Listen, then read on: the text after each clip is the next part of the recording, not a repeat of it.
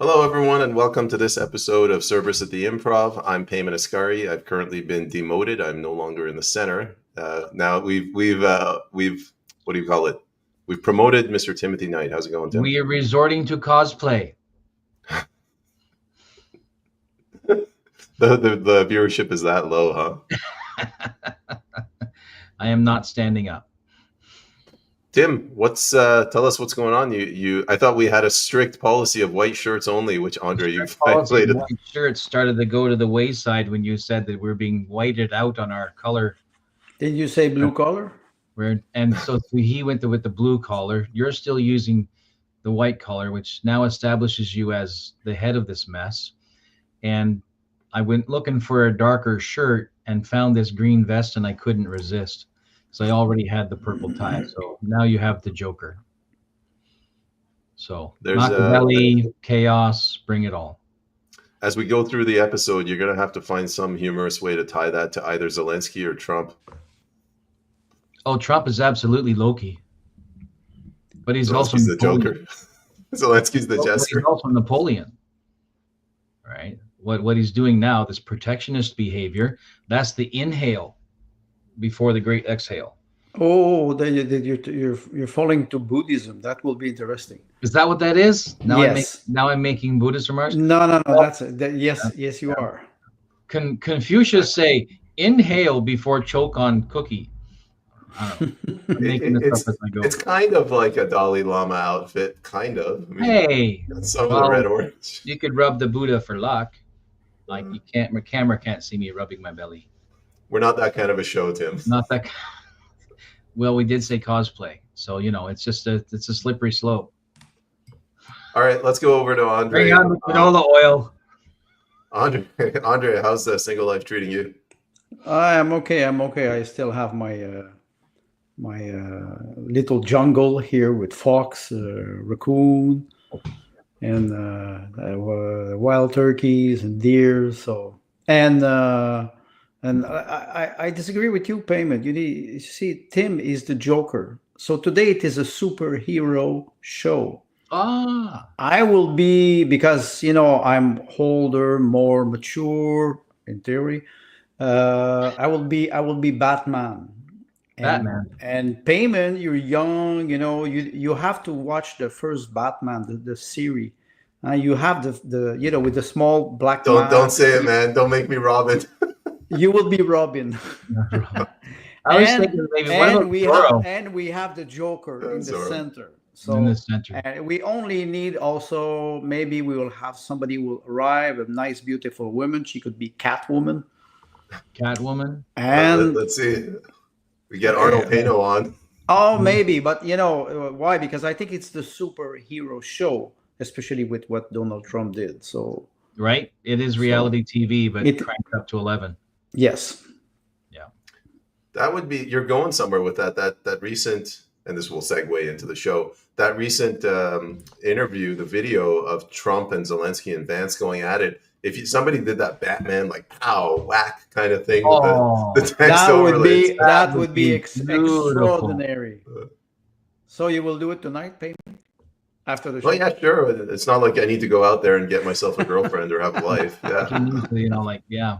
Work to feed himself, Well, if what else is he going we have with our 1.2 million viewers, most probably you will have a couple of them who will try it with AI. A couple of them would probably put that together, and that would be really amazing. So it's a contest. It's a challenge. I advise our 1.2 million viewers to try to do a short clip with the exchange between Zelensky and President Trump and J.D. Vance, the vice president, was there.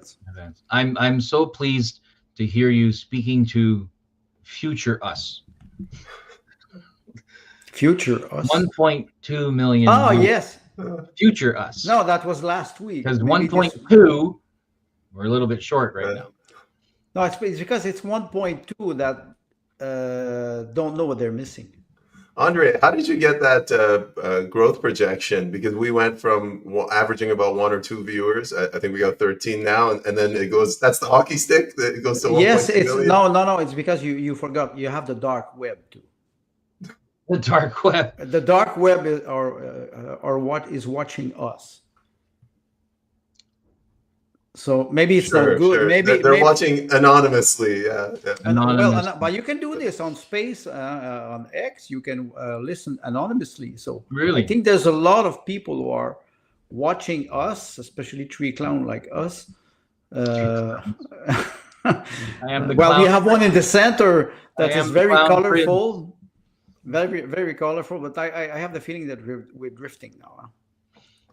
Always. Okay, so Always. before we get started, just an announcement to the audience. We're going to hold off asking questions until a little bit later on in the show. I will keep an eye on in the comments section. If there's anything that you actually want to ask, phrase it in the form of a question. Either put question at the beginning or a question mark at least at the end, and we promise we'll get to it. Yes, So the first topic, sorry? we want you all to be engaged, and we all want to treat you like the fourth wall who's actually another person at the microphone, but you distract us off of our project. So get in line.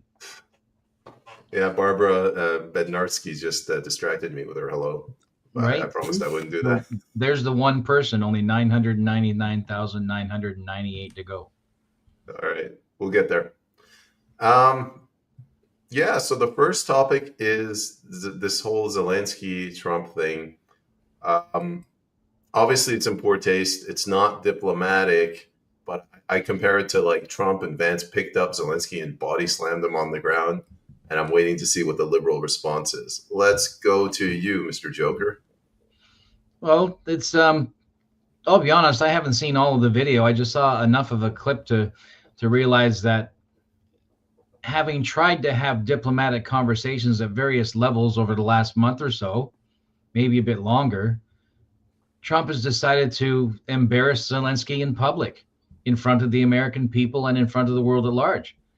And while it is entirely not apropos for, UN style politics, it is not unheard of in European politics or even other places in the world where an untoward vassal or non-ally was stripped down in front of the court. And that is part of world history. So it's about frickin' time. Can you give us an example? If you know one off the top of your head. An example, Barbara will get a kick out of this. Defenestration. Yes. Andre will get a kick out of that. That's good. I don't follow. What's the reference? Defenestration. You I don't call know- it political. He does not very many people know. It's Go ahead. I'll give the brief and then Andre can expound on it. Defenestration was an actual political ritual where in the court or an assembly of aristocrats and elite, if one guy got completely out of sorts, they literally threw him out the window. Out the window. Literally threw him out the window. So every Hollywood trope about getting tossed out the window is a nod to basically Habsburg defenestration. So this is very interesting because in French we know this word. There's a lot of people, there's a lot of people who defenestrate themselves, if I can use the expression. And in the reference to what Tim said on diplomacy, I would say at the time of Ivan IV the Terrible, Zelensky would not have lasted more than 30 seconds. He'd be on a pike out on the street. Yes. So, diplomacy, Trump is not a great diplomat, but he's a great reality TV host. He knows how to make things happen live. So it is, you saw the clip too. I just saw the 2-3 minutes when Zelensky starts to argue with Trump. You never see this. It's like they are at the bar and they're starting to fight or they're starting to argue about something. The beautiful girl passed in the back and they're all trying to hit on her and they're completely drunk. So, but they are in the White House. And they're sitting. You saw the visit of Emmanuel Macron. Macron was sitting like he's like a small boy next to his father. Because he's next. Yes. So there's no diplomacy anymore. There's no you put white gloves, and you start to be more diplomat. You start to talk to people politely. You introduce, you welcome you welcome your guest. There's nothing of that anymore. Nothing of that. Is there an argument to be made in support of what Donald Trump did? Like, was he frustrated that Zelensky disrespected him in public, wouldn't accept his peace negotiations? Well, we just gave two reasons why it's acceptable behavior at this juncture, because Ivan the Terrible would have jammed a spike through him and left him outside as a warning to others, to Macron, not to do the same others, thing, yes, right? And defenestration, where they literally threw their cousins, because they're all related back then, out the window, right? And the two-story window is not a lot of fun when you land in the brambles underneath. And it was a ritual. Our near history is so strange because it has acceptable levels of violence that you will not see today. You just will not see today. You will not see it. You will not see it live. But when you refer to the lack of diplomacy, don't forget that for 8 years now, Trump was attacked for 8 years by all sides. And G.D. Vance, in this small clip, he reminds Zelensky that Zelensky was in Pennsylvania in October cheering up for Biden or Kamala Harris. Yeah. So I think now it is revenge. And Trump will not stop. This is the moment in the movie where after the hero's the hero arc, right? So this is the phase of the movie where after the hero has gone into the belly of the whale and redeemed his father, he goes through this phoenix moment. So the re-election into this 47 thing, his re-election is his phoenix moment. And after that, the enemies will burn before him. So he doesn't care, because he doesn't have to care, because he has earned it.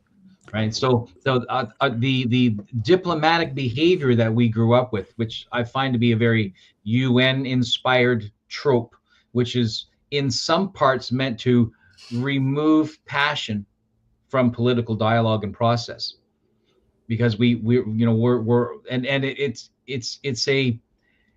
it's a way of aristocracy to oppress the commoner and to maintain that through control of the language and control of the exchange, whereas the commoner is very quick to be emotional and passionate, and the aristocrat has good control of that. Why? Because they don't go to bed hungry, so their motivations are different. So you now have Trump, who is effectively the blue collar. He's not, but that's the role. So he is the blue collar hero, right? Who has been killed by the enemy and been reborn through his own self-immolation. That's the phoenix moment. So we watch all of our hero movies where the hero comes back toward the end and strikes at the enemy, and the entire Hell's Kitchen in New York is obliterated. Thousands of people are killed, but the enemy is pushed back, and we cheer, we clap. This is that moment. This is comic book. This is that moment. Well, comic stripe. It could be interesting to rename Mar-a-Lago Gotham City. Gotham City. I will make just a small comment about what you said. Like I said, Trump was attacked for 8 years. Yeah. So he's coming back, and don't forget that he has only 4 years, or even he has only 2 years, because the midterm are coming, and he has to act, even if it is symbolic. He has to act. And he said something important, and I will take 30 seconds to thank Arnold Aino, because he was in the provincial election yesterday, and he did well, practically 2%. But why I will quote Arnold Aino, he said, what is happening now? He said he went to Michigan last summer, and he met a lot of Americans. And they said, we didn't vote for Trump. We vote for the people. And if Trump doesn't deliver the merchandise, he will be removed fast. So I think Trump understands that he's the symbol of the American people. Yeah. And that's maybe why he has to deliver, even if it's a show at the beginning. You saw with the executive order, it looks like a show, and many Democrats are pushing back. They want to create turmoil because they don't want to agree with the executive order. You saw what is happening with Pam Bondi and Pash Patel with the Epstein file. It's quite fascinating. So they have to act fast in a couple of weeks or months, like Tim mentioned a little bit earlier, the 100 days. Yeah. So he has 100 days, and after that, it will start to settle down. But diplomacy, I think, is out now for the first round. Maybe it's 15 round, and I think Zelensky got a couple of punch in the face on the first round, and he will not last more than 3-4 rounds. Yeah. And he'll pay for his own flight back. Did you guys hear what Trump said when he arrived? He's like, "Oh, you dressed up for a change," because he always shows up in like a sweatpants. He always shows up in someone else's fatigues. He said, he still looked like trash. He said to Trump when Trump said, "You don't know what we will be feeling in United States. Don't tell us what you will be feeling." And Zelensky said, "Yes, but an ocean separates us. You will feel it soon." He should not have said that. Yeah, that's a Zelensky threat. Basically, yeah, Zelensky that's said. A threat. He said, "You guys are basically lazy. You know, your cushy lifestyle. You have 2 oceans. You don't feel it. You don't feel know. the war." Yeah. Because G.D. Vance said, "Okay, you have just 1.1 million dead people on the Ukrainian side." Everybody talks about it now. Everybody now is coming out. So when G.D. Vance says that, and Zelensky replies and says, "You don't know what it is," I think he stepped on the big toe of Donald Trump. Donald Trump doesn't want somebody to tell him what to say. You can debate, you can discuss, but he doesn't accept that nobody will put words in his mouth. Yeah. So we say reality TV. This is theater, and there are 3 general schools of thought. Like I said the other day, vaudeville. Yeah. Yes, it's vaudeville. Very much vaudeville. Yeah. Yeah. Cue the Yiddish music, please. That's appropriate. That's appropriate. There are 3 schools of thought in theater. So you have the Greek, right? The Greek school, the Hollywood school, which is realism, and the Russian school, which is Stanislavski.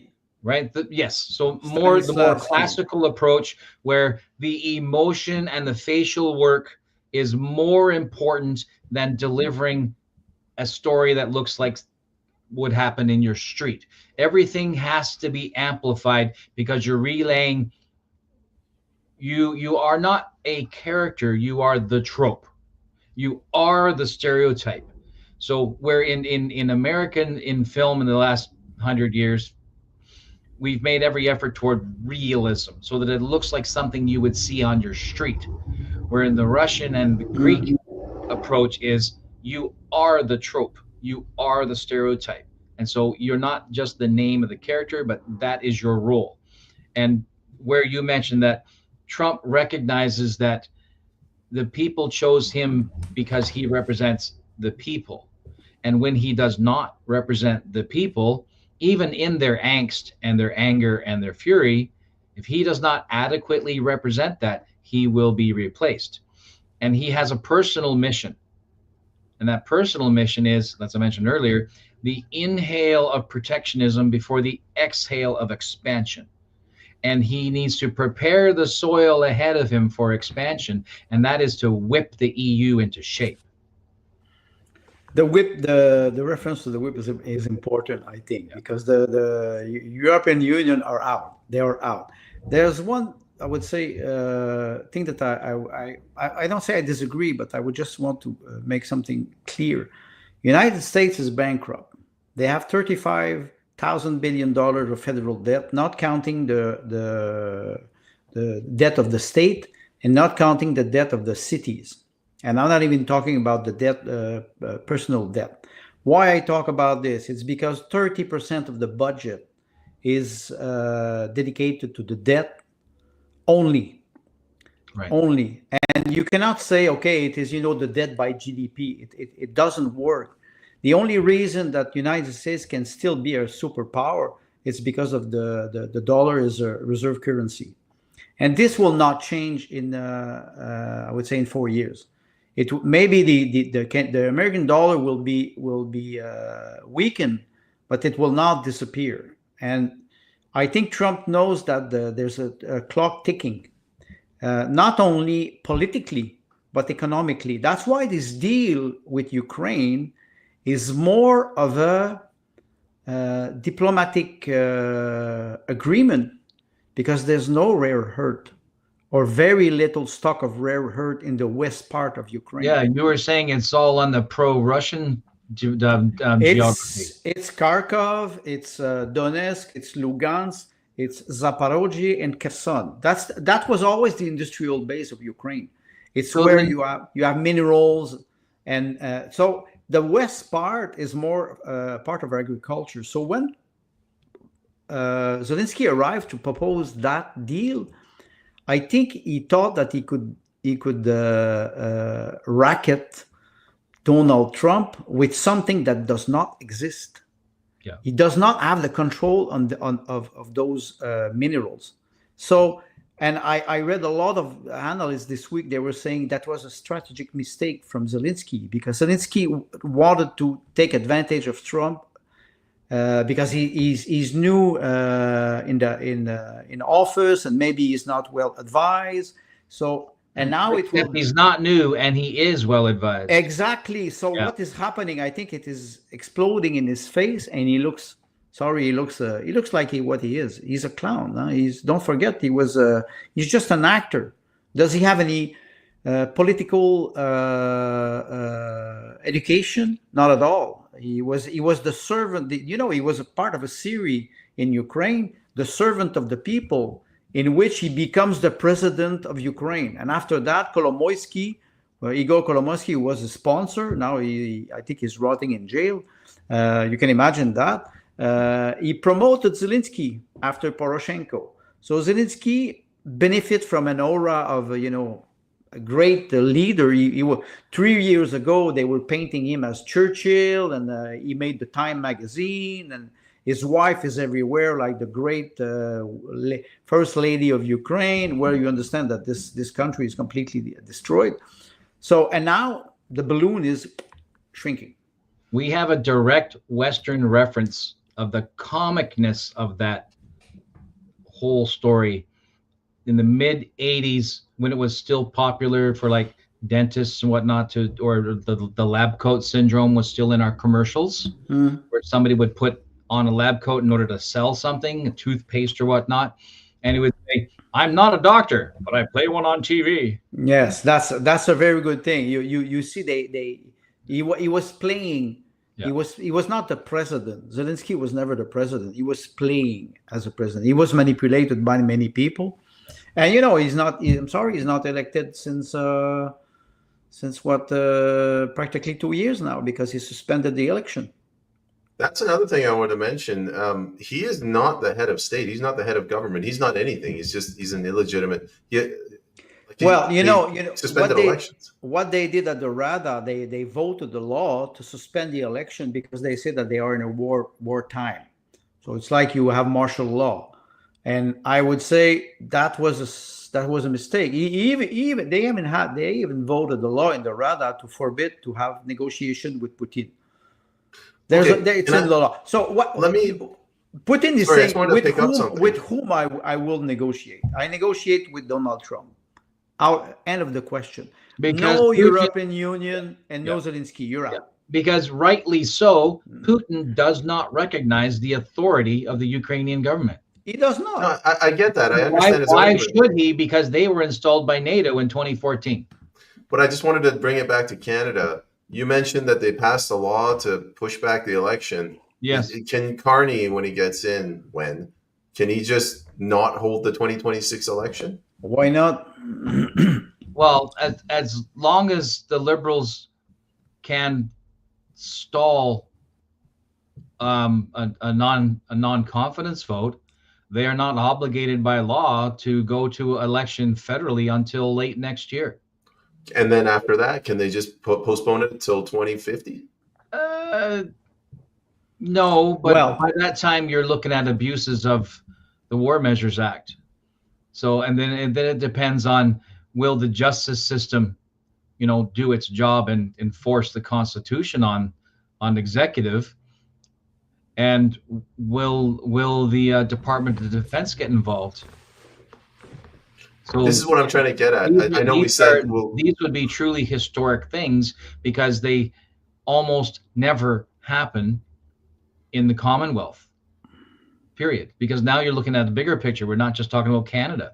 So when the leader of Canada or a Commonwealth colony nation does these things at a national level, the other nations in the Commonwealth pay attention and say, hey, wait a minute, how does this affect us?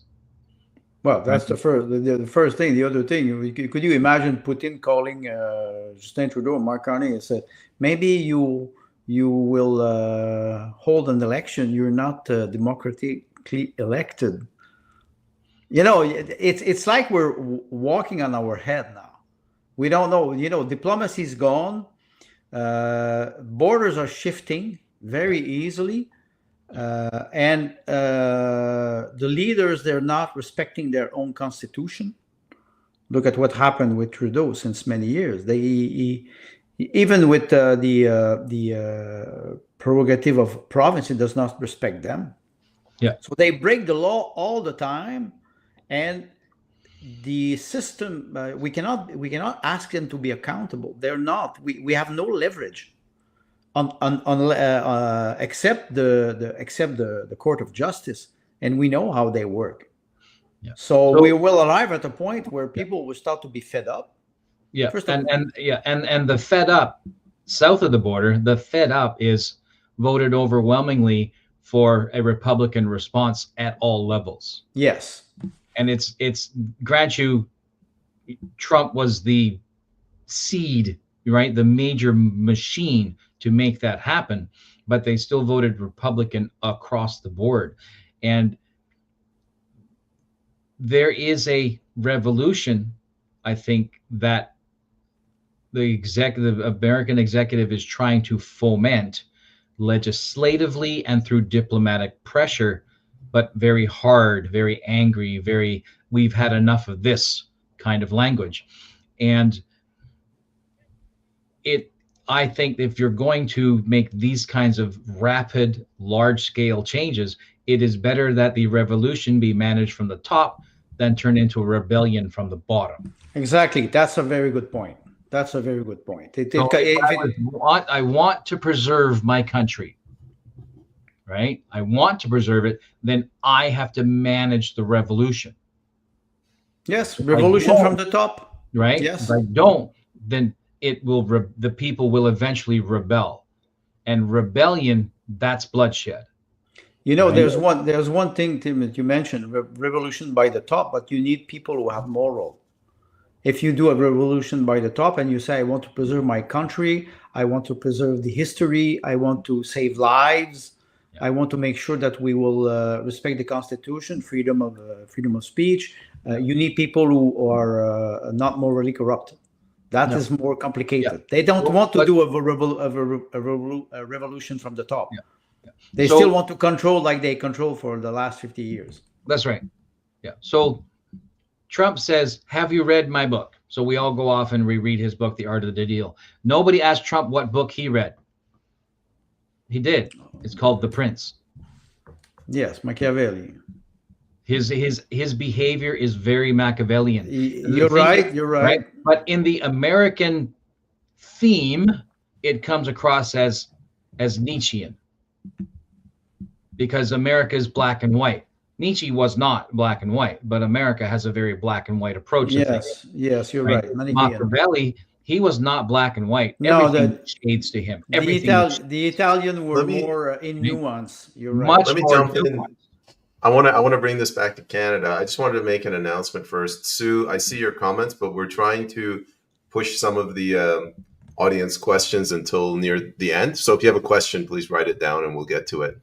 Now to bring it back to Canada, what do you think Trump's strategy is? Trump's not a dummy. He's got advisors who are telling him, sir, the more you discredit Ukraine and the more you put him in a tough position, the more the Liberals are going to rise in the polls. Do you think Trump's going to come out and sign a deal with Pierre Poilievre, try to help him out? Or do you think he wants to just destroy our country and then pick up the pieces? I think neither of those is the case. If I might, Andre, I see a perceived future before Carney and a possible future after Carney.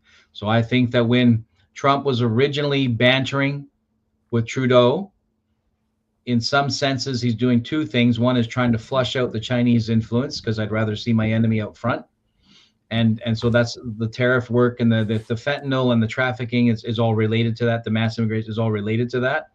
And two was to find out what kind of man Poilievre was. And he found out because Poilievre chose to sit on the fence.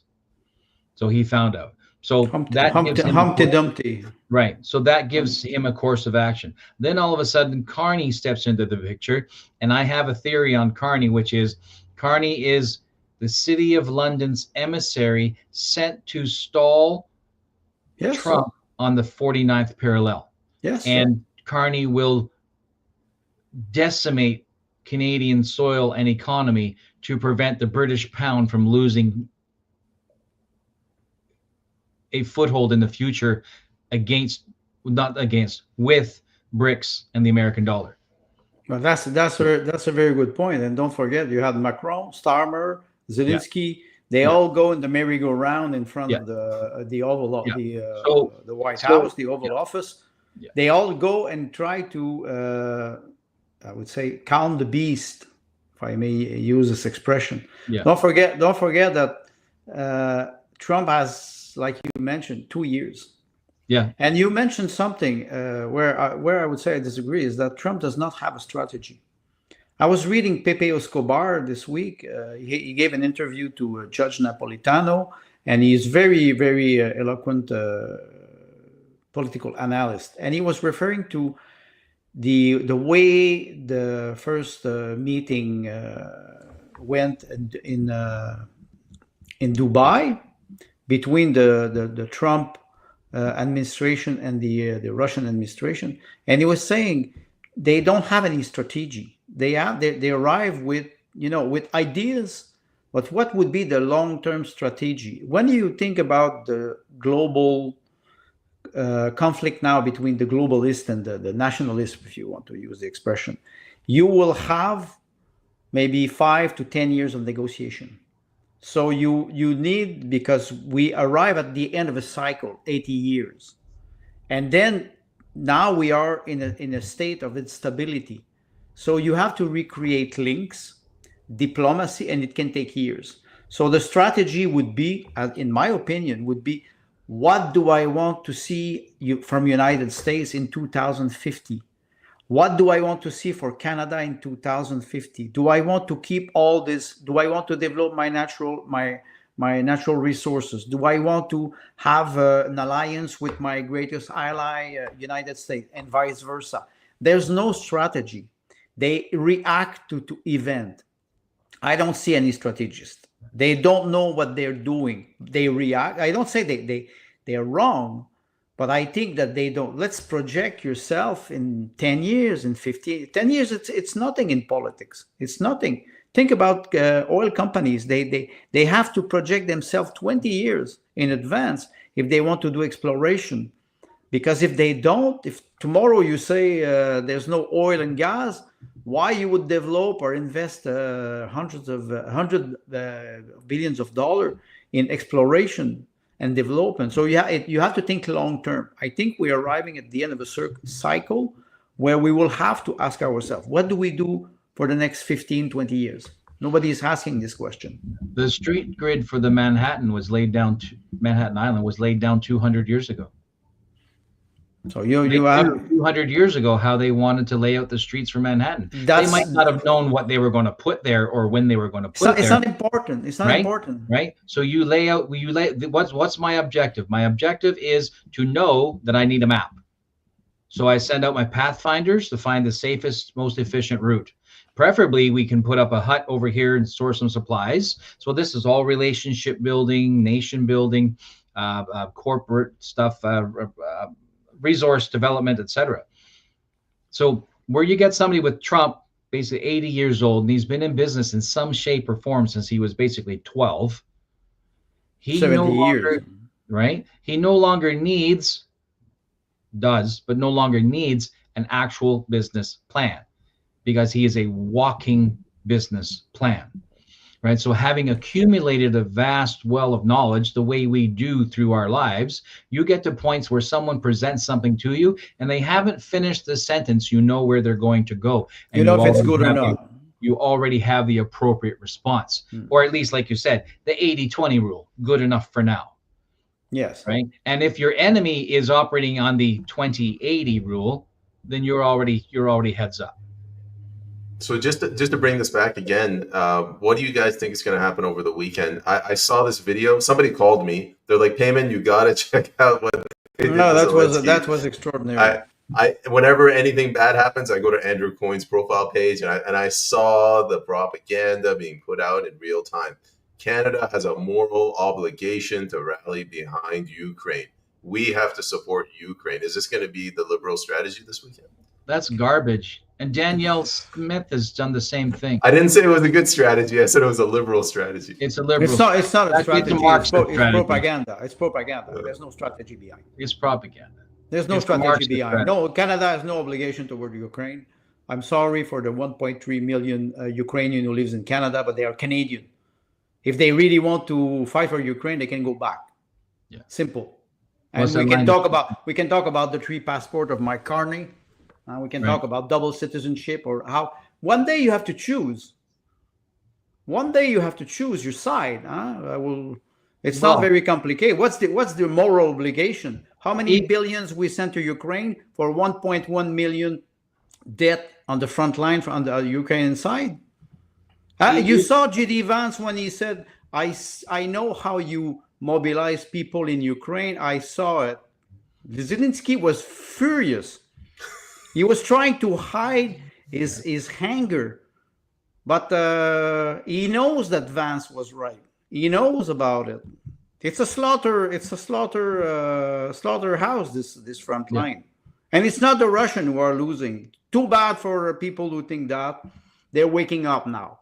We tell them, many people, many geopolitical analysts, they say this since 3 years. Everybody was trying to believe that Ukraine would win. Let's be serious. That was never in the plan. Never. It's like saying Russia lost Barbarossa. Exactly. They always refer to 1942. Yeah. And you can listen to a very good historian. They refer to this and they say, you don't understand the operating system of Russian people, of Slavonic people. You do not understand this operating system, especially with European Union, where you have those stupid puppets who react emotionally. It is not.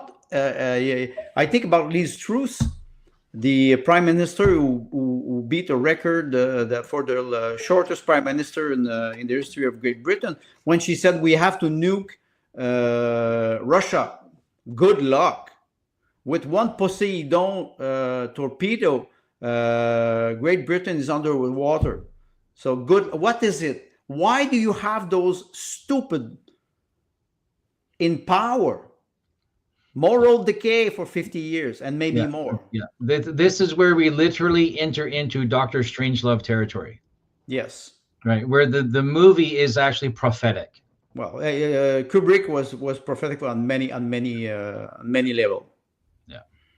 And that's very important. This is maybe the most important thing. Why I say 80 years? It is a cycle, 4 generations. 4 generations. Yes. And I can refer to Michael Jones, but I can refer also to many people who talk about history. When you see Rome that went from a republic to an empire, and then after that it started to you had the decadence of Rome. It's cycle of 80 years. After 4 generations of domination, you're exhausted. Even if you give the power to your children or your grandchildren, they're exhausted. It's moral decay. Yeah, generally an empire or a dynasty is the lifespan is between 250 and 300 years. Yes. So you end up with 4 cycles of 4. Well, something like that. It's Something never like that, right? It's not mathematical. And there are old philosophies and scriptures that talk about things happening in 3 and 4 generations, because this tends to be the way people operate on a tribal level, right? So if this is indeed the nature of man and it can be calculated, know for a fact there will be those who will use it. Sorry, Tim. One thing, Payment. We were talking about mainstream media. If you apply this logic of 80 years, mainstream media is 80 years. They're collapsing. Baby now. boomer. Yeah. That's what you were saying. They're collapsing, and a new generation with social media alternate. They arrive and they have a different operating system completely. That's why the mainstream media doesn't work. You can put a lot of money. It's not only propaganda. You put a lot of money in a system that does not work anymore. Right. Tim, I picking up on one thing you said. You said Trump was testing Pierre Poilievre to see what kind of a man he was, and he kind of failed. I'm struggling to understand what Trump's plan is with Canada. Like, I don't understand why they don't just send somebody in to take over this country, the political process, and to say, Carney, you're not getting in. Pierre, you're getting in. You will be here's your script. You are now our vassal leader. Why are they not doing that? Because that's outside of the morally acceptable Babylon. Right, so they're like, he can't annex Canada. The rest of the planet would lose their collective mind, and rightly so. What they do is you badger the leader, because you know that the people aren't your actual enemy. So you badger the leader. You make political war or economic war or diplomatic war, right, or alliances war on these, or resource war, anything but physically putting boots on the ground. And keep in mind that the American military is probably not capable of putting boots across the 49th. They cannot. And there's no point. Well, realistically, all you need to do to cripple Canada would be to shut down the superport in Vancouver, and to shut down the bridge at Windsor, and to close Toronto Harbor and Montreal and Quebec City, and you're done. Because Halifax, if Halifax you don't even need Halifax. You don't even need St. John's. And if you get to that point, the Maritimes will say, okay, we're done. We'll say yes to the States. Trump is not interested in that. America is not interested. The 51st state is a joke. It cannot happen. It is not in USA's benefit to any degree to do all that work to make Canada part of its national entity, when all it has to do is apply sufficient economic and political pressure to make Canada a vassal as opposed to a state. That's what I'm saying, though. Why don't they apply that political pressure, like carrots and sticks? So whack Carney over the head with a stick and give a couple of carrots. He doesn't want to whack Carney over the head with a stick because Carney's a puppet. When he made a couple of weeks ago, when he made statements, sorry, I don't mean to talk over you, Andre. When he made statements saying the mighty American dollar, and he's chomping at BRICS, the currency, potential currency. And on the side, what he's not talking about is the British frickin' pound. Britain did their Brexit. The EU is crippled because Britain accounted for like a full quarter of their activity and the robustness of that system. EU desperately wants to become the United States of Europe. Desperately. Mm-hmm. So you got the EU trying to turn its own currency into a competitor against Russia, China, the Brits, and America. And so what you really, it's like the world athletes putting a team together, and they look at the EU and pick him last. But it's only because they're related. Well, right? Two things. What you mentioned, and what Tim, what you're saying is right. The real threat for United States, let's say, or the US dollar, it's the euro. It's the euro, because you look at the size of Europe with 650 million people, with the 27 states, and you look at the just United States, 400 million, and Europe is a great continent, but the real threat in GDP is the euro. And like Tim mentioned, when they did the Brexit, I think they hit the globalist, because the city was the central nerve of European Union. That was a big blow, because you could have said Brexit, France will go out, or Italy, because you had France, Italy, and Germany that were they were the three first nation who started to become to create the European Union. Two centers, Brussels and City of London. And Not the city, London, the city of London. The city of London. So Brussels. when they got out, it was a big blow for the globalists. The second thing is, if United States would want to invade or subdue Canada, they would face a resistance like the rest of Canada is facing against French Canadian. People would resist passively. They would not collaborate, and it would take 2 generations to integrate everything.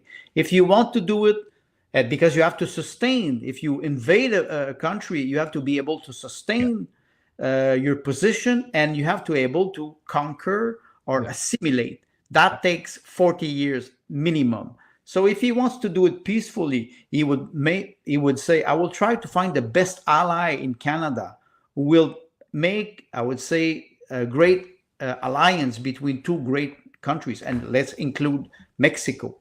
So, but there's another problem. You have a ticking bomb. It's 2 years. He doesn't have a lot of time to do this shift. It's a global political shift. Yeah. And I think nobody really knows, when I talked about strategy, it was not a critic, it was an observation. Not having a strategy today is difficult. Having a strategy today is difficult because there's so much problem on a national basis. Every time you turn around, your plan runs into the enemy. Yes, and you now problem. Look at China. We practically don't hear China now. Because why? Because nobody's focusing on them. They continue to work very hard. They continue to develop themselves. China has their economical problem, but the conflicts is concentrated in Ukraine and the European Union, and you see the alliance that were in appearance solid. They're dissolving at warp speed. It is. We have to use that phrase here. Well, no, but guys, I think it's important. Either warp speed or we start using a Stargate. Yeah, either one. Yeah, I was a bigger fan of Stargate, but before moving, I want to move on to the Ontario election. But before doing that, are you guys okay if we go to some of the audience questions for this segment? Yes, of course. So David of the Freedom Conversation podcast says Europe is gay. Thoughts? That's a statement I agree with. This is a fact. Sue says some really kind words. As a regular viewer, this is a great show. Give the Parent Teacher Association a follow and retweet the space. I don't know what PTA is.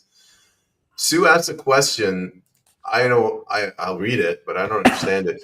What are your views on this? The Brookfield Connection centers on a significant 2018 deal involving 666 Fifth Avenue, a Manhattan property Kushner Companies bought in 2007 for $1.8 billion, a record price that turned into a financial burden after the 2008 crash.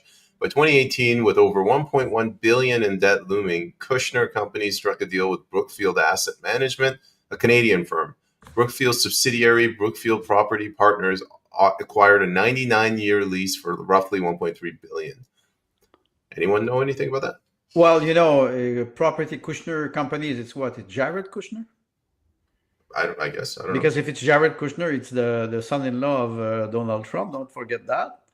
He's a pro-Zionist. That's the first thing. First of all, the second thing is Brookfield Asset Management, a Canadian firm, is related to Mark Carney.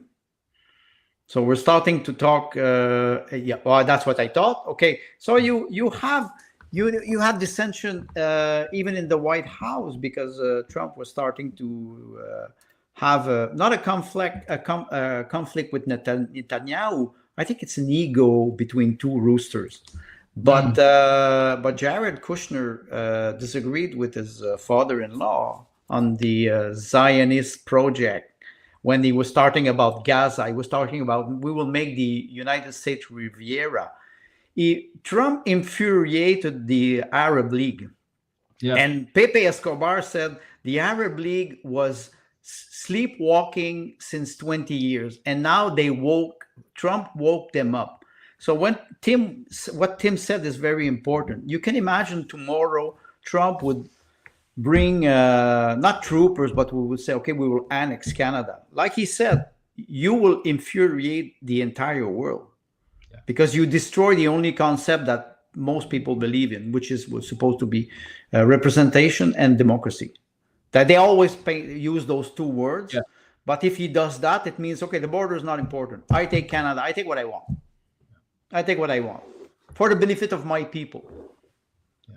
Very easy. So Sushi is right, but I would like her to make the precision about the link between Carney and Brookfield. Well, now she's saying that Carney is owed because he bailed him out. The well, he was yes. So this being the case, it's not Carney's money that did the bailing. It's Canadians' money. We did the bail in 2008. Nobody wants to believe this, but we bailed in the bank. 2018, is this while he was still governor of the Bank of England? No, it was no. It was more. No, I'm talking about 2000. No, I'm talking about 2008. The first, the financial crisis, 2008. Okay. The bank were bailed in, indirectly, and then after that, you saw what we mentioned is the double dip.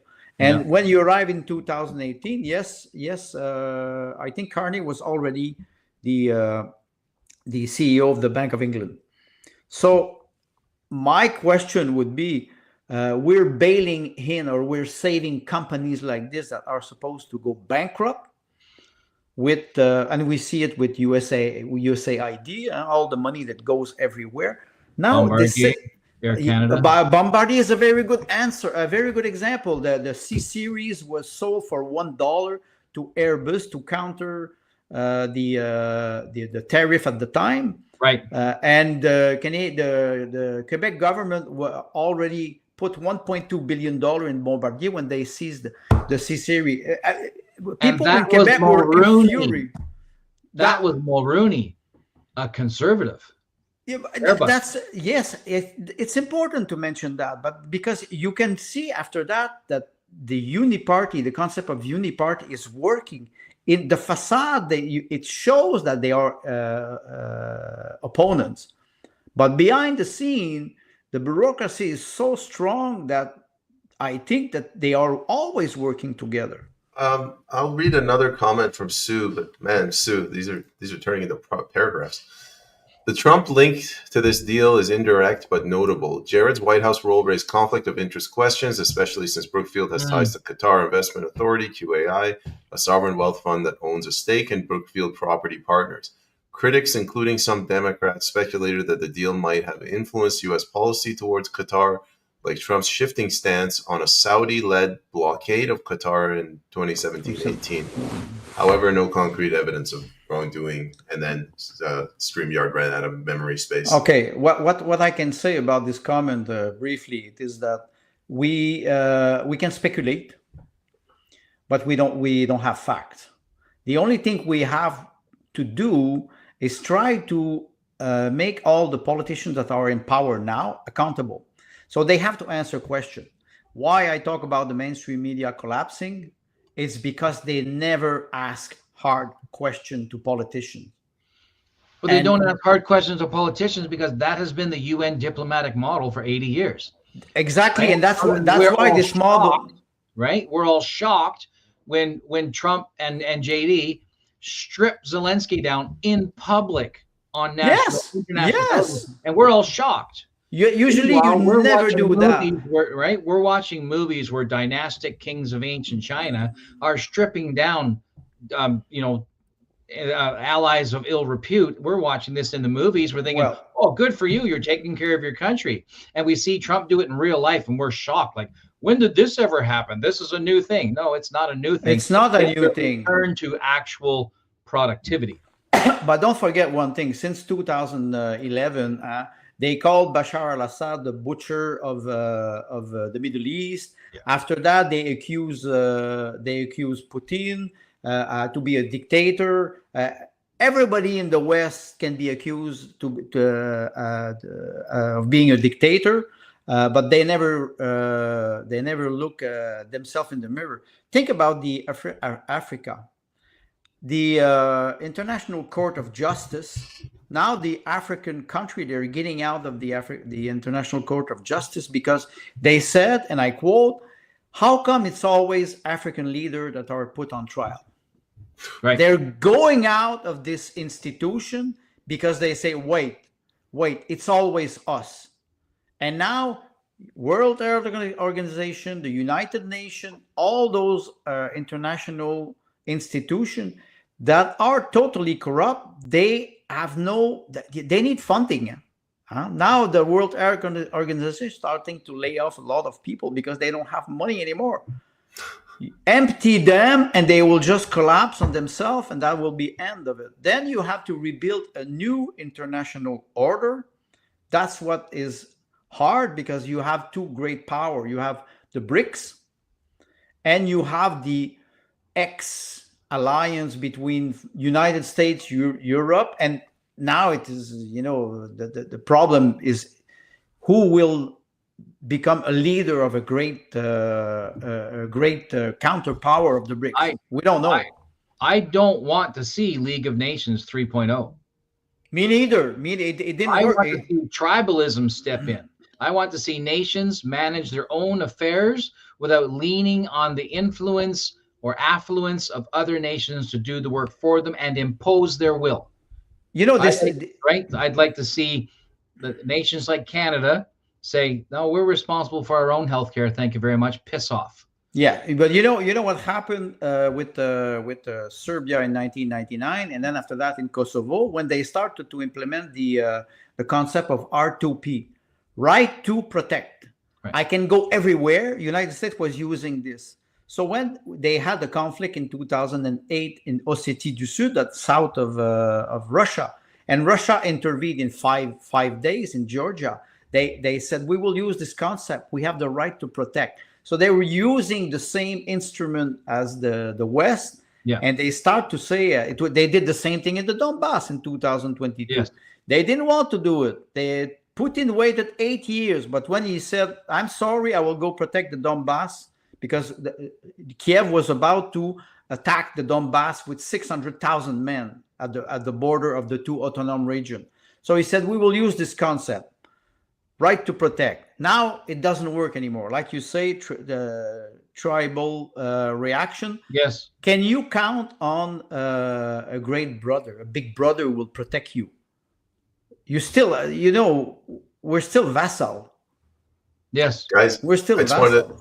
One other thing, Sue, this is going to be the last question we answer of yours in this segment.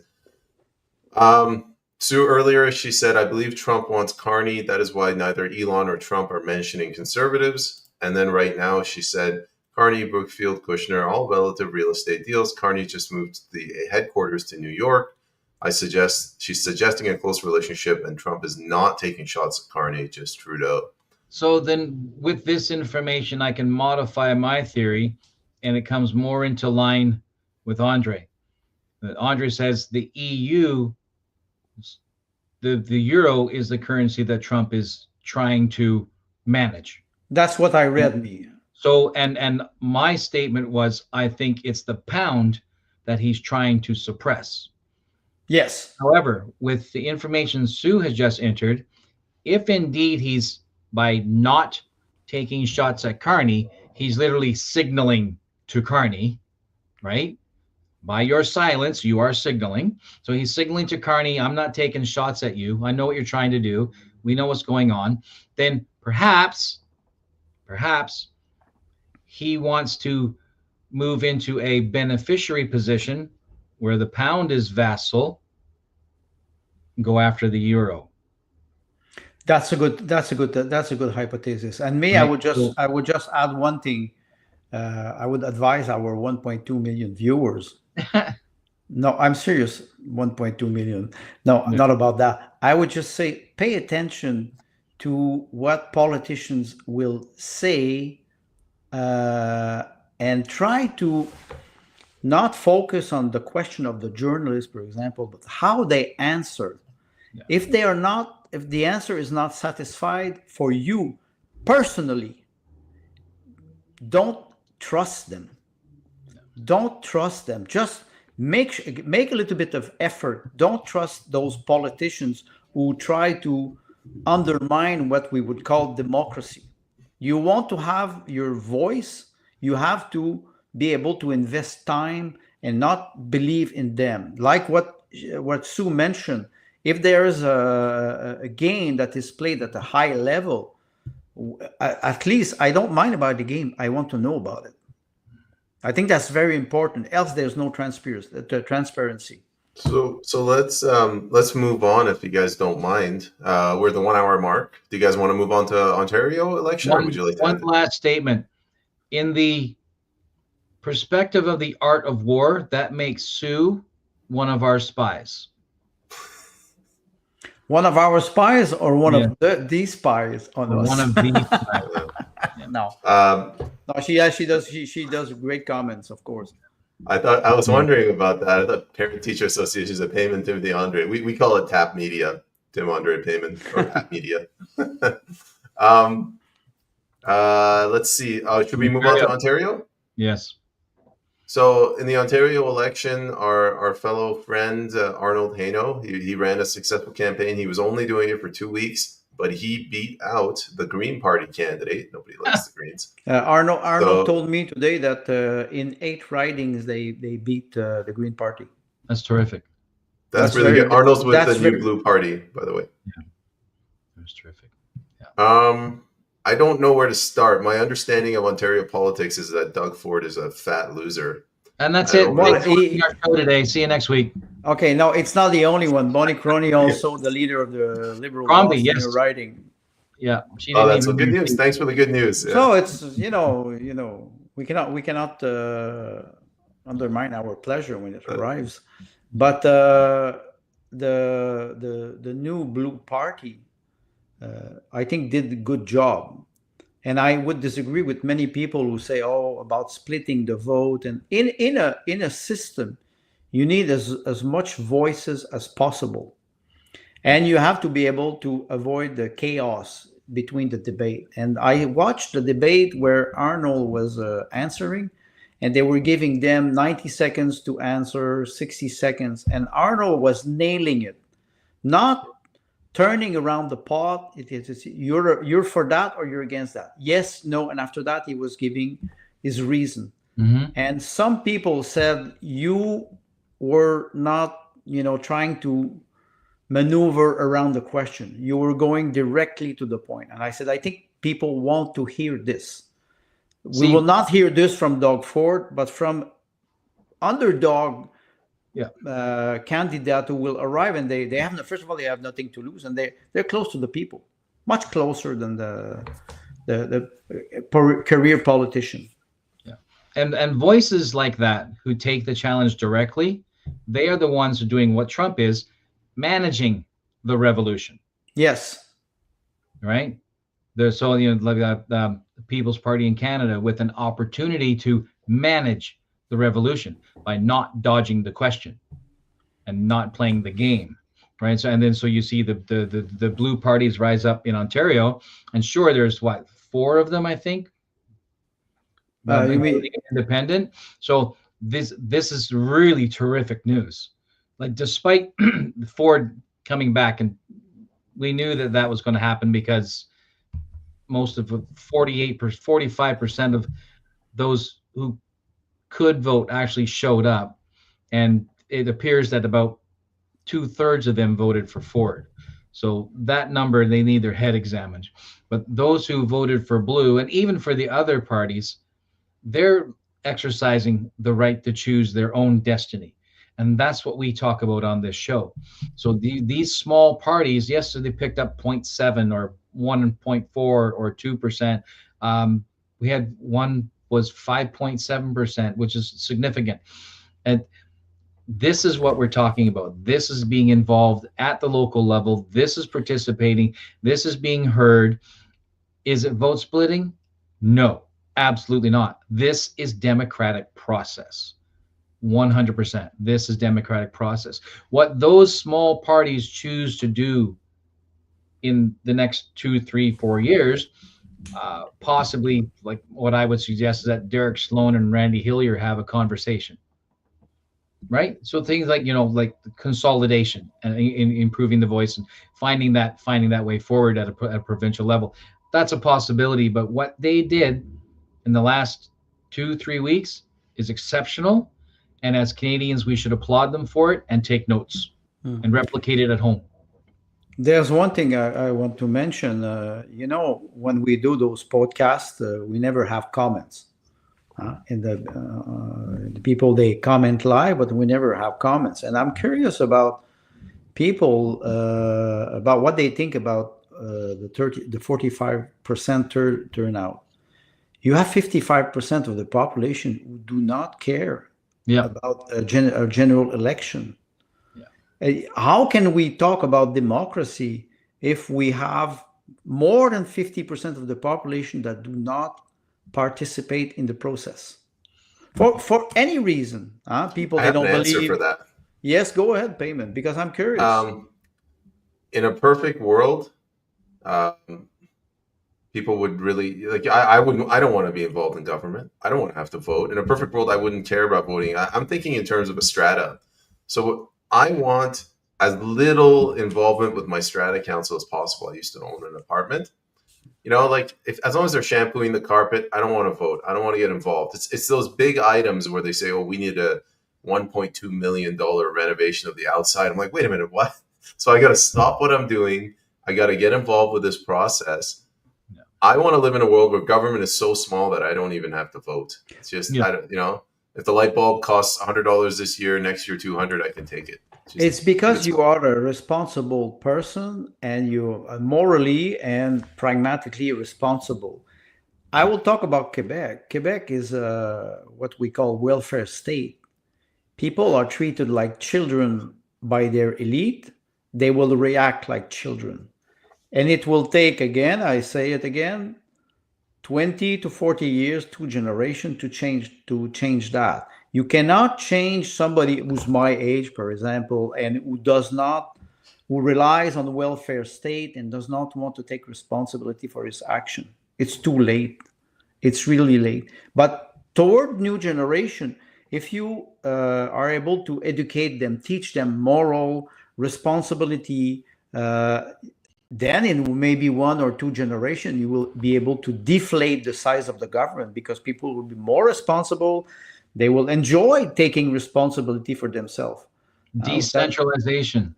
That's exactly. But how? And the word you use from Switzerland that I keep forgetting. Subsidiarity. As a bureaucratic policy. Next week, I will write it here. You're writing it on your forehead. Well, maybe I'll write it on mine. What's the new word for subsidiarity? Well, but that's why I asked the question, and I would like to see comments about what people think, really, because if we don't have this possibility to, let's say, do a survey of why people don't go and vote. I know they're disgusted, but it's not a reason. It's not enough of a reason not to at least to try to inform yourself and try to, like Timothy always mentioned, invest yourself locally. Yeah, that's it starts there. If you don't start there, you will not start nowhere, and you will be stuck in a position of vassal. You're not part of the decision. I agree with you, Payman. We enjoy talking about politics. That's part of the political process. It's not only voting, participating in the municipal election, municipal assembly, asking questions. That's part of the process. People are completely disconnected from that because they're connected to Netflix. They're connected to entertainment. Maybe they should step back a little bit from entertainment and invest themselves into what I would say the duty. Their neighborhood, Yes, their family, yes, their and school, maybe their church, their sport, their quilting club, you name it, right? Be more involved. And because what happens is the right, and by that I mean the traditionalists and the right, yes, historical Canadian culture, has a habit of withdrawing from conflict. The yes, conservative that's individual, a right? normal reaction. That's a normal Right? The reaction. conservative individual will withdraw, is an introvert. There you go. Let's look at personality types, right? With the Briggs-Myers. The conservative personality is naturally introverted, whereas the more liberal personality is naturally extroverted. Well, we saw it with Trudeau. He's very extroverted. Very extroverted. And A little too much so. right? So you find this you find this plays out in politics, because politics is a very visible arena. Yes. And it can be quite heated, because we're literally talking about who gets what and who doesn't get what and who pays for it and who doesn't. And people are quite rightfully so quite sensitive about this. And so people who are more liberally minded, the ones who enjoy talking, the ones who are more mindful of the margins, etc., those are the ones, that's the cream that rises to the top in the political arena. Whereas the conservatives have to stand off to the side and wait till the liberal shuts up. But this is human nature. This is human nature. No, just make a small comment about the liberal. It's cream. It's sour cream. It's sour cream. Everything has a place, right? I mean, Peterson says this, right? Peterson mentions it, but he's not the first. Whereas the right requires the left for balance, and the left requires the right for balance. The problem happens, uniparty language, when the right wing and the left wing are on the same bird. Right. So if the bird itself is corrupted, the entire animal is, right. The whole system is corrupted. So how do you deal with that? You replace the bird. Historically, what happens is regime change, and not peaceful language, regime change garbage, literal dynastic bloodbath regime change. Yes, that's what I wanted. That's what I wanted to say. Defenestrating them from the second story, you're throwing them off the bridge.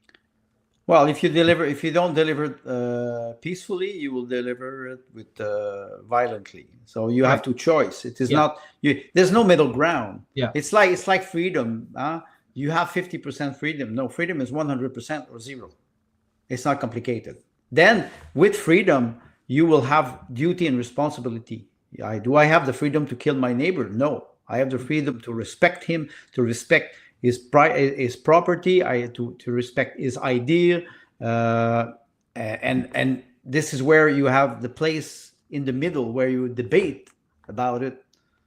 Like you said, Tim, you pulled it to the right or pulled it to the left, and I agree with you. The conservatives have the tendency of not pulling. They're waiting. Fences make good neighbors, it's said. Yes. Right? And so that speaks to tolerance, which is actually a metallurgical term, right? Is how much can I stress this material before its bonds break? Before it breaks, exactly. Right? So us talking about political use of the word tolerance is we tolerate, woke definition of tolerance is, if you like one thing I say, you must like all of it. Yes, that's a very good definition of wokeism. And that's very good. That's not tolerance, right? So that's a 1984 twisting of the language. And as Trump moves more toward a much more aggressive, a much more vocal, a much more in your face, a much more Habsburgish approach, right, to politicking, and the Habsburg thing, Central Europe is very well acquainted, because the Habsburg ruled violently for 500 years in that neck of the woods, and they murdered their own violently for 500 years. They're not ashamed of it. Right, power is power. Right? And so Trump assembles around him men who are aware of these things, and in so doing, he's able to take a very aggressive stance verbally, and that alone, that barking. See, when the Chihuahua barks, that's Zelensky, you just kick it off the, the hem of your pants and keep moving. But when the big German Shepherd barks, you're already in trouble. You're already in trouble. The big German Shepherd is castrated, so. Right. Well, I'm referring to Trump, but I couldn't think. Okay. We don't have any American breed. I think we're talking about Germany. No, that's the problem with using the word German. I thought it through, but I couldn't find another dog. How's about a Boer's bull? There we go. South African dog, which is a breed, a monster breed based on the pit bull. It's I'm gonna interject here before we get into the different animal breeds. But when you mentioned something very important. Trump is redefining the vocabulary. Yeah, that was destroyed since 20 to 30 years with wokeism and all those ideologies. Now he's putting back the real dictionary of words, and sometimes he's not very elegant when he does it because he's rough in the corner. He's a businessman. He doesn't have to. Yeah. He doesn't have to. He says, hey, that's the dictionary. Take this one. Throw the other one in the garbage. And the people are very angry with this. Now they're crying. Woke. They're crying everywhere. They're just, come on. Like Arnold Anal say, and I will quote him, grow some balls. Yeah. I think the word he uses is cojones. Yes, but I think it's important to understand what is happening toward the vocabulary. We're not afraid anymore to talk about what's a man, what's a woman. Be serious. That's and the beauty of that, right, is the words. We, being dumb conservatives, spent the last 10, 15 years thinking that we could argue with them in their universe using their dictionary. And we lost. Well, take our words back and say what they mean, not what they're right. We take that, and so Trump is doing that. I would advise our viewers to read Edgar Allan Poe, which is Professor Tar and Dr. Feather. That's a very short story. Very funny when a young man goes to France and he goes into a mental hospital, and he finally realized that he's talking to the director, but it's not the director. So I will not say more. People can find it on the internet. It's hilarious. Poe was a great writer, and this is incredible. It's exactly what we're seeing now. You're in an asylum, and you're talking to Dr. Freud. And he wants to do a psychoanalysis with you. And then you understand that you're talking to a man in the asylum. So when you talk to woke people, we are in this psychiatric hospital. You don't argue with a madman. If you do, you're more crazy than him. Yeah. So this has elements of Shutter Island, the movie. Maybe, but yes, you're working with the woke, thinking that you can reform and assist them, only in the end to realize, no, we can't. When we use a computer technology language, reformat the operating system, reformat the hard disk, and that's it. Change your SIM card because it doesn't work. This language, this vocabulary doesn't work anymore. People they cannot anymore. They say that's enough. And it's not politicians who are saying this. It's normal people. Yeah. People on the ground, people in their day-to-day life, they say nothing anymore. Yeah. All this language is the, I'm going to use a modern word, language is the codification of your culture. Yes. It's part of your identity. Intentionally messing with the language to force a cultural shift. Eventually, the human spirit says, that's too fast. Not a direction I want to go. We're stopping this. But it does try to adapt. And for those who are Darwinian, we do the culture. Will make an effort. The whole culture will make an effort to adapt to sudden changes. The truth of the matter is, if that sudden change is rejected, then that culture will move back to its previous line. Spirit of conservatism. That's right. What you're referring to the language, for example, I will refer to one Quebec poet, Gaston Miron. He was writing about how French Canadians were copying the structure of the language in English. Borrowing a word is not a problem. All language they borrow. The French language has maybe 40% of its word vocabulary are from Arabic, and it's very funny. But Gaston Meron was referring to the way people were copying the structure of the language, imitating English with French, the syntax, alienating their mind and their culture. So when you do this, you attack, like you said, the culture and the identity. The language is the identity of a person too. So just to bring it back, yet again, I wanted to mention one final thing about the Ontario debate that Arnold Hainaut had. Yeah. Every single, it was the Liberal candidate, NDP, the PC, their conservative version, and Arnold Hainaut, the New Blue. All of them, especially the NDP Jackal candidate, they were selling themselves as what they're going to do. We're going to do this program, and we'll add that program. We're going to spend this many $1 billion. Arnold was the only one that made like a common sense, reasoned argument. And it didn't have money behind it. Right. We talked about authenticity. I think that it's time for candidates to somehow message that we're gonna spend less, not more. We're gonna do less for you, not more. Because this is they're just spending money like it's nobody's business. Because that's the solution. That's their solution, but it just causes more problems. No, it's not the best. Yeah, it's their solution. That's the correct language. No, that's not the solution. No, it's us. It's more fuel on the house fire. Yeah, but I used the wrong words. No, but what you mentioned, Payman, is important, because if let's say you want to represent somebody, you are a group of people, you can represent ideas, and then because all the parties now, practically all the parties, they always arrive with a solution, implying the implication of the government. People want less government. Yes. Except for people who were nurtured by welfare state for 50 years, like I mentioned before, they will not accept that. They will fight back, but maybe it's too late for them. I'm not saying that we have to forget them, but we have to lower down this monster.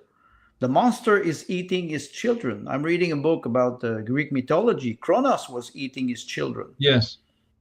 So the monster is eating his children, thinking that he will survive. The beast thinks that it will survive. It will not. One day the beast will be starved to death because there will be nothing more to eat. So all those parties who arrive with solution and putting more money and more money and more money, one day people, they say, well, sorry, I don't have any more. They'll stop paying their taxes. They will stop. They will just stop, because they will say, it's not because I don't want to pay. I don't have it. What will be the solution? Debt again? Money printing? The solution will be a technocratic serfdom. You don't get paid. You don't get paid. Oh, it's funny, because they refer to the agreement between Zelensky and Trump, and one commentator that I read, he said, okay, it's like now you will work for 10 years, but you don't have a salary. That's the agreement between Trump and Zelensky. I can understand Zelensky that he must. Well, that's because he was been getting paid up front for the last 5 years. He was exactly. That's a very good point. He was paid up front, and now he has to work. Yeah, now he's a slave. Yeah, well, I mean, if he was smart, he would have said, I'll take a portion up front and another portion every quarter for the rest of my life. He chose not to do that. He chose to take it all up front. Well, he could not, because he's a clown. The man was not suited for the position, and many politicians, not only in Ukraine, they're not suited for that position. So then, if Trudeau is being thrown out under the bus because he's no longer useful to whoever, Zelensky falls into the same category. Yes, yes. Then They, the question well, is, you can say this with Keith Starmer. You can say this with Emmanuel Macron, yeah. Olaf So the question Scholz. is, what's the next batch? Well, if you throw 3 or 4 leaders under the bus, literally, maybe the one that will replace them will be a little bit more careful A little how bit they more, act. a little bit How more. many bureaucrats you have in the European Union Parliament? 30,000 for 500 members of Parliament. You have 30,000 bureaucrat lobbyists. That's incredible. That's incredible. So and I would say, look at the number of bureaucrats per capita. You can look in Quebec. It's monstrous. 1 out of 3, I think it's 33%, practically 40%, works for the state. So then, let me ask a question then. If the 45% that showed up to vote, you have your answer. You have your answer. And Payman says they vote to keep their paycheck. Yes. So they're either union or public servants or some manner of being paid by the public funds, and so they're voting for the person who guarantees their continued situation. If that's the case, then that means that, and this is just theory, the majority of the private citizen do not vote. Well, I will go more far than you, and maybe that's where Payman you can answer, or which percentage are conservative that don't vote? Because you said conservative people, they have this tendency of not involving themselves because they're private. They have private business. They are autonomous. They are independent. They are strong people, and they say, okay, we will not play in this game, so we will not go to vote. What would be the percentage? But I think a sense of duty. That's another right? question. A sense of duty motivates that desire to withdraw. Yes, yeah, that's why we don't have. If we would have polling agencies that would be honest, and I would advise them to do this. Can you do a poll for people who don't vote and the reason why they don't vote, and if they would vote, are they more conservative or more liberal? If they were more intelligent, which I think they are not, they should do this type of polling to help people understand why they don't go to vote. Nobody's asking these questions because most people, the system suits them. That presents an opportunity. Well, maybe a political party should do that. That operates with integrity. Well, yes, a political party. Well, then it wouldn't be a poll. The purpose of the poll is to generate. No, but I'm an utopist. I always think like this, and I try to say maybe it would be a good strategy to understand what is happening in this system. You guys know how I poll my audience when I have guests on? I go to YouTube, I get the transcript, so 1 hour, I give it to ChatGPT, and the 100 transcripts, 150 episodes, 150 transcripts, what are the top 3 themes? That's how you poll.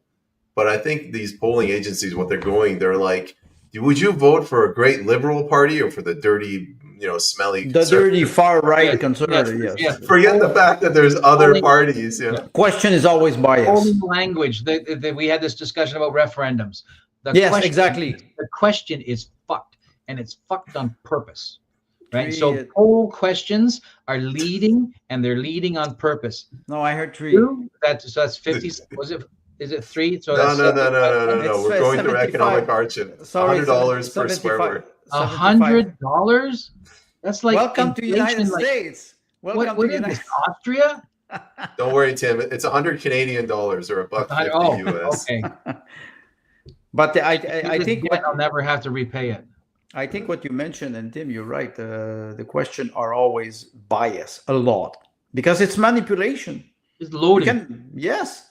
Yeah. So maybe that would be a good advice for polling companies, for polling agencies, how they can do that. So or maybe we start our own polling agency and we will put them all out of business. It would take me less than a day to put together a website that does that. The trick is getting people to actually use it. Well, the trick is getting somebody to pay me to do it.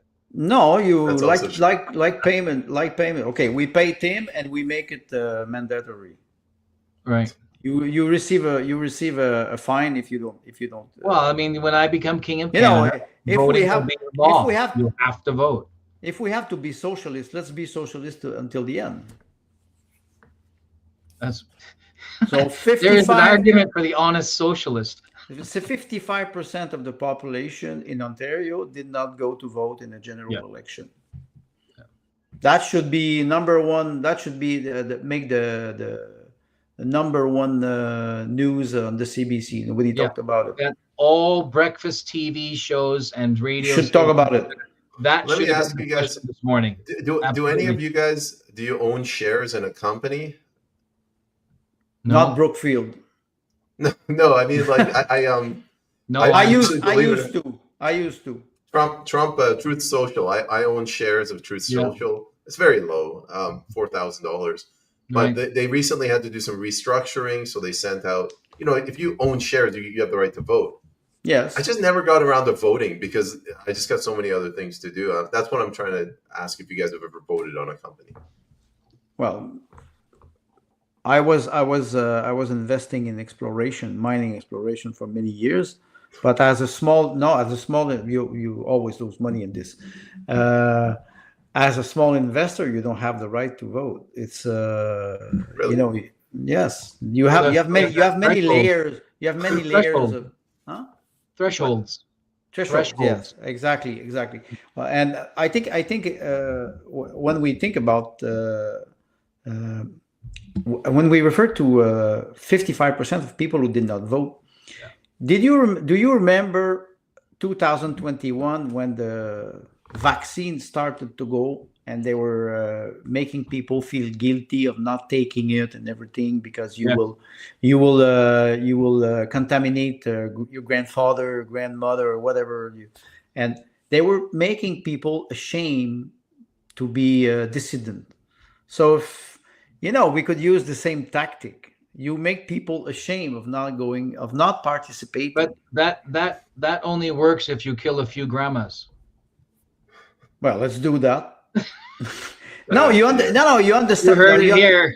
You heard it here. Yes. If you don't vote, your grandma can't vote. Yeah. You understand. No, but you understand now. Yeah, Hey, is that's ironic. But you understand. I do. It's the scene from Blazing Saddles where the sheriff comes into town and has to hold himself hostage to get away. Wow. I can't describe the scene because people are not. They're not ashamed of nothing. They don't vote. It's not important. It's not important. Go at yourself. Oh, okay. but see that also is a very lack of- conservative personality response. It's the disgust response, right? The conscientious person has a very well-developed or overdeveloped disgust response. I'm disgusted with the government. They emotionally withdraw, and by emotionally withdrawing, you physically withdraw. That which does not deserve my loyalty does not get my loyalty. Yes, but the question we could ask those people: who deserve your loyalty? Grandma. Well, one day you can say, what is happening to my neighbor is not important. I'm not involved. It doesn't care. One day the police comes to your door. Yeah. So if you do not involve yourself in your community, like you always say, Andre, one day you described Canada. What happened? Yes. They don't care about what happened to people during COVID. You know what shocked me the most since 1 year? I thought it was a French Canadian characteristic. I thought it was only in Quebec, the fact that people I don't say they're not dedicated, they don't take care of each other, but they take care of their close one, and people who are not inside the bubble, they don't care. I thought it was only Quebecers. Then I discovered that it was everywhere in Canada. It was not only French Canadian. That was a shock for me.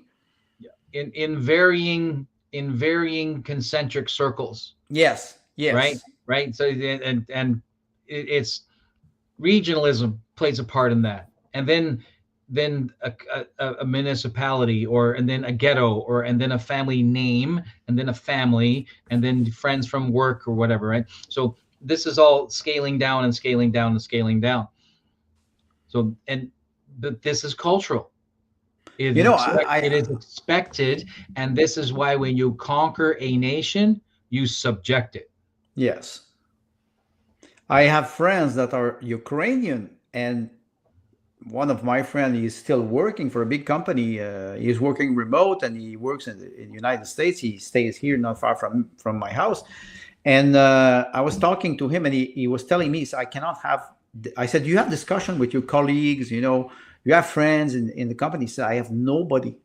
Because when I arrived, they start to talk about Trump. He said, it is not possible. Trump is the Antichrist. He's Hitler. There's nothing. They're completely brainwashed by mainstream media. And he said, I eat my small lunch when we have meeting. They have meeting one time per 2 weeks, live, not remote. And he said, I feel not comfortable. Like they're in a group, and you cannot. They're completely brainwashed. So I thought it was only a French Canadian characteristic. Now I discover it's Canada. How do we change that? Maybe alternative media will help. I hope. Hopefully. The one thing I wanted to bring up, news. You remember we were talking about the polling company the three of us are going to start? News Noise Inc. is recommending we name it Dominion Redux. I've already written it down. Did you get the domain? Yeah. Yeah. Hurry up to buy it. Yeah. Well, just the brand itself will be just the word Redux, but the company will be Dominion Redux.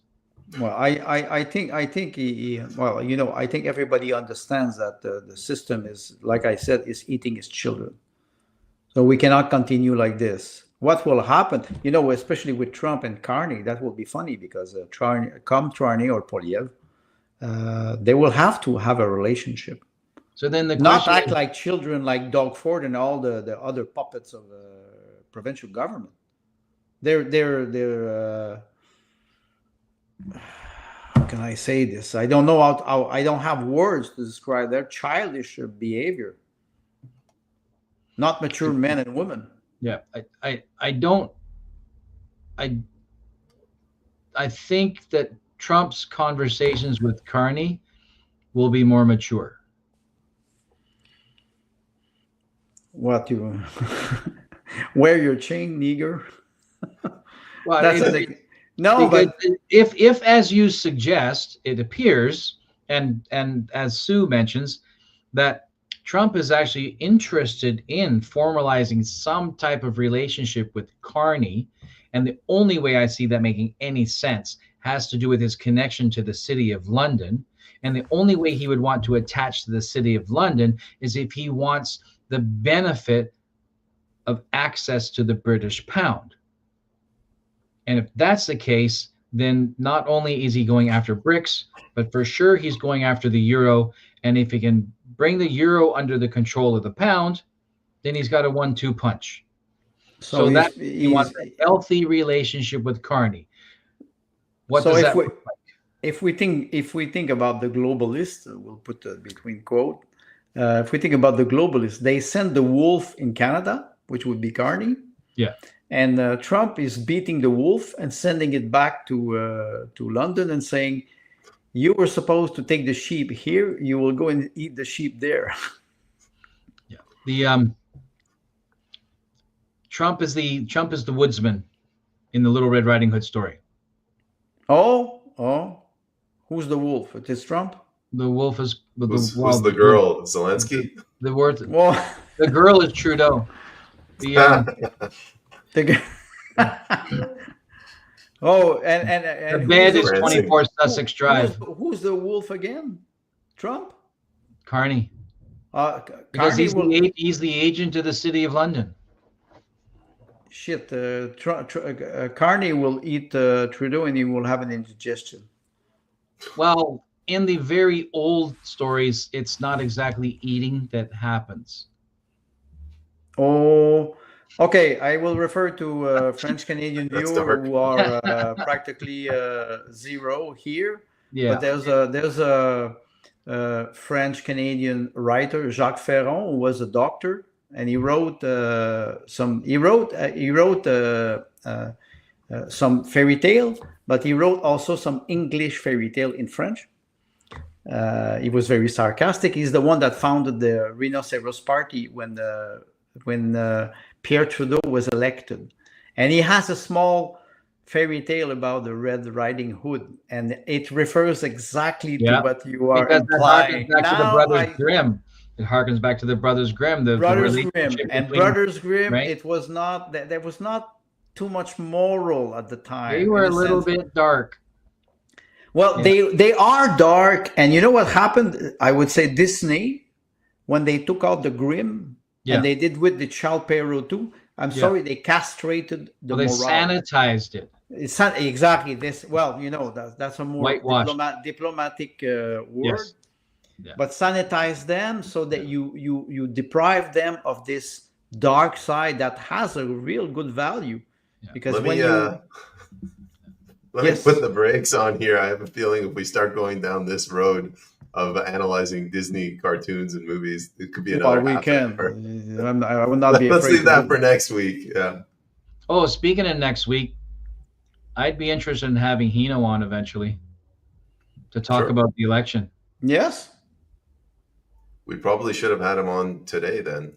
No, that's okay. Or we do a special. It only just No, yes. we've had discussions off camera about having a fourth guest on occasion.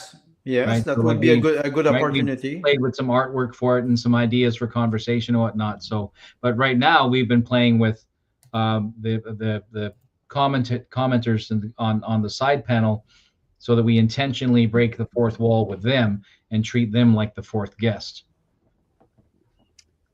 Dinner in Good night, Sue. Newfoundland. Newfoundland. Yeah, might as well be New Zealand. That's not well. Okay. Not sure if she appreciates that. I'm from Newfoundland. I can make the jokes. Okay, you can make the joke. Tim, be respectful. She represents 33% of our commenters here. 33%. We need her. Actually, she represents more like 75% of the volume. Oh, if you want to go by volume, it's like 99 of the paragraphs she read. All right. Well, I don't know. How do you guys want to end it this time? 3 minutes to wrap it up. Okay. Who wants to Ontario talk for 3 election minutes? with the blue parties that stood up and made their voice known is exactly what we preach about here on the show when we say get involved in your local communities. That is exactly the way this works. So we watched happen in Ontario.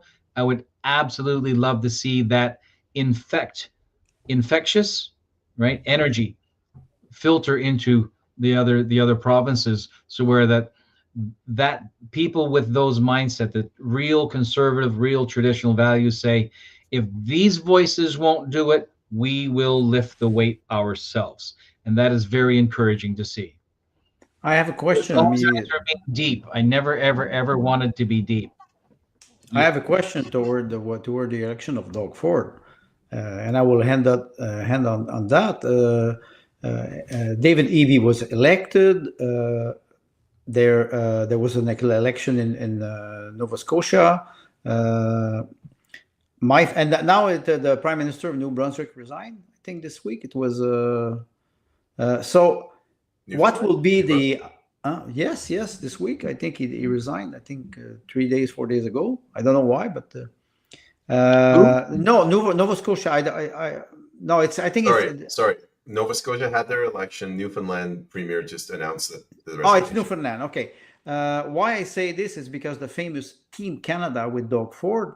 What will be the outcome in the next few weeks? Because Trump has postponed the tariff for another month. He was supposed to apply tariff in April. Now he's postponed them. So maybe the thing is worse than the thing. So somebody made a suggestion that he will push Carney to declare an election they will not be able to evoke the Emergency Act, or because of the tariff and everything. So this Team Canada will just deflate. So I would be curious to see what will happen in the next few weeks, because they were all hysteric against Trump, and now it's Doug Ford was elected. I will fight for you. Okay, you fight against what? There's no tariff now. You manage something different. I think you're talking about taking the wind out of their sails. Oh, he's going to fight to put the liquor back on the shelf. Well, it's funny because we were talking about Ukraine, and Ukraine, when I have a lot of discussion about Ukraine, and say many Ukrainians, the only identity they have is when they hate Russia. So if the Team Canada, the only cement for the Team Canada is the hate of Trump, and Trump removes the tariff, there's nothing more. They don't have any policies. Then they would have to refocus that and make it against Trump, which is a personal motivation. Yes, and that is a much harder sell. Yes, because now, I'm sorry, Trump, we can like it or not, he's elected for 4 years. Yeah.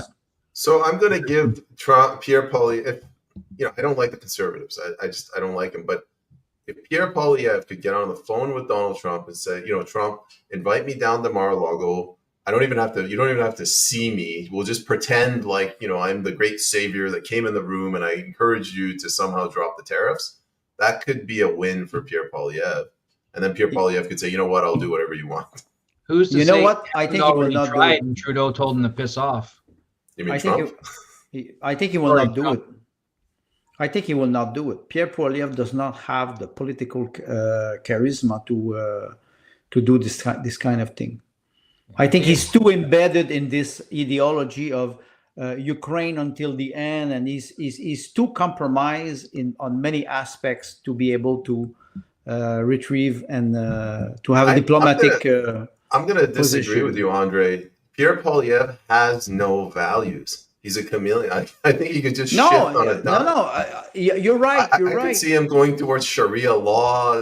You're right. But that's 20 years sitting on the bench of the House of Commons. What did he achieve in 20 years except using his pants on the chair? What did he achieve in 20 years? When he does a speech, I can understand he can impress a lot of people. He never impressed me. At first, when he was elected leader of the Conservative Party, at first I watched one speech. I said, "Wow, it is." I was impressed. I said, "That's," and even I wanted to run for the PC at the time, the Conservative Party. And after a couple of weeks, I was listening to him. I said, "He's an empty shell, this man, completely." And he's proving it. Yeah. He's proving it now. I've heard him in person, and while he does indeed get people riled up, it's a pep rally.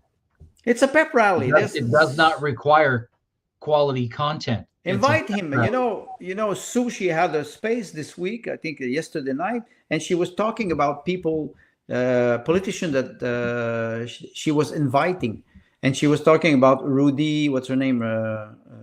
She was kicked out. Rudy Dalla. Right. She was talking about her. She was talking about Maxime Bernier. She was talking about some candidate from, and she said, and I quote, she said, Pierre Poilievre will never come. Two chicks in politics. He will never come. He is afraid he cannot sustain a 1 hour and 30-minute debate or conversation without having a script. Yeah. And that's the reality. Challenge. And he does not have to. He's the heir apparent. And the UN or the WEF or whoever his handlers are has said, yes, get off the phone, man. Go about your life. This is just a storm. You're going to be the next prime minister. Yeah, screw Carney. Don't worry about it. You're going to be the prime minister. Yes. You're going to win the next election. We got this under control. Ignore the other noise. Shut your mouth. Don't panic. Don't talk to the people. Go silent. Yes. And we got this covered. That's where he is. That's what he's been told to do. At least that's the way I see it.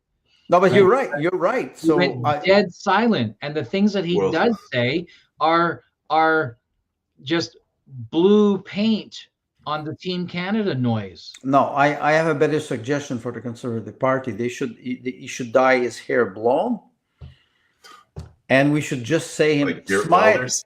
No, blonde like a blonde woman, and say smile, wear a nice bra or a low-cut Well, then dress, they should put his and wife in shut front up. of the And camera, shut not up. him.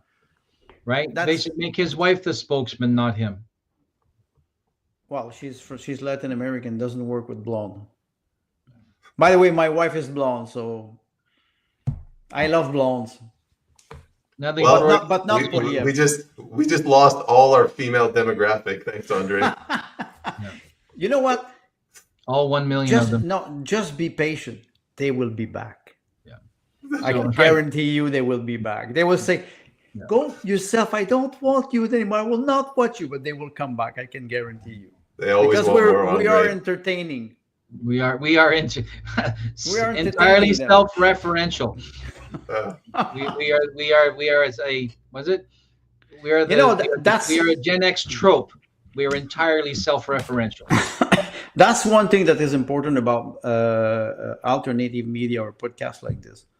Do we censor ourselves? No. We try to be diplomatic. Yes. We try to be funny, and sometimes we have to go a little bit off the guard. So, and come on, if I always refer to Hermanes, if you cannot accept that somebody will make fun of you, you don't deserve the joke. Look at this. Right. No, I think you want Pierre to be Newsom? I think that's a reference to the blonde hair. Newsom, I don't get it. Gavin Newsom. Yeah, that's what I was thinking. Yeah. Gavin Newsom. Well, they're nice, Beau Brummel, nice, very elegant man. Who's the other one? Butt gig? Buttigieg, Buttigieg. I don't know how to pronounce that. Well, it's spelled with a G and it's pronounced Czech. I don't know.